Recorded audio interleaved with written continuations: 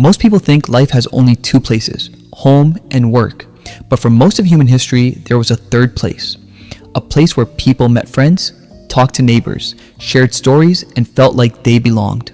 A local coffee shop, a park, a library, a barbershop, a small diner, places where community happened naturally. Today, those places are disappearing. And here's the strange part. Most people don't even realize they've lost them. Yet their disappearance may be one of the biggest reasons modern life feels lonelier than ever. So, what exactly were these places? How did they disappear? And what happens to a society when people stop having somewhere they belong? To understand that, we first need to understand what a third place actually was. Home was the first place. Work or school was the second place. But the third place was different. It wasn't where you lived. It wasn't where you worked.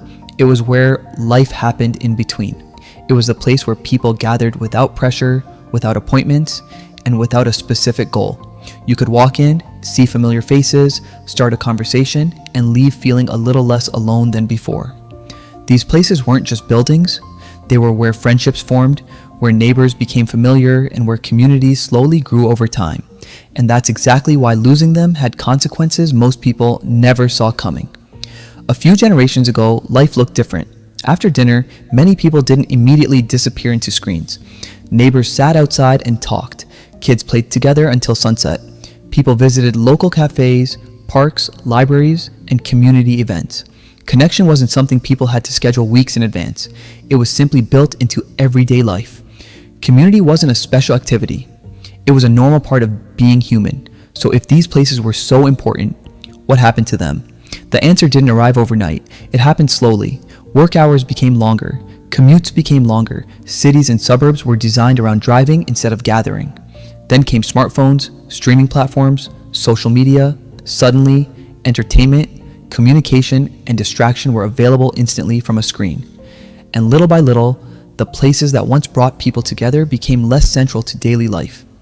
Many people no longer needed to leave home to feel occupied, but there was a hidden cost. Because the biggest change wasn't where people spent their time, it was what happened to them afterward. Humans evolved in groups. For thousands of years, people survived through connection, cooperation, and community. Our brains were built for real conversations, shared experiences, and face-to-face relationships. When those things become rare, something feels missing. People may be surrounded by content, notifications, and online interactions, yet still feel disconnected. Not because they are weak, not because they are broken, but because belonging is a human need. And when belonging disappears, loneliness often takes its place. But there's another reason this problem keeps getting worse. Today, many of the places where people once gathered freely are becoming harder to access. Want to sit in a coffee shop? Buy something. Want to join activities? Pay a membership. Want entertainment? Get a subscription. More and more social spaces come with a price tag attached.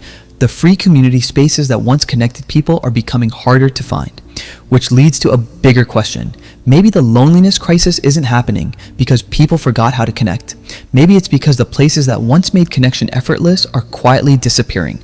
And when third places disappear, people don't just lose locations. They lose community. They lose belonging. They lose the small everyday interactions that remind them they're part of something bigger than themselves. And maybe that's why so many people feel disconnected today. Because what disappeared wasn't just a place, it was a feeling. The feeling that somewhere out there was a place where you belonged.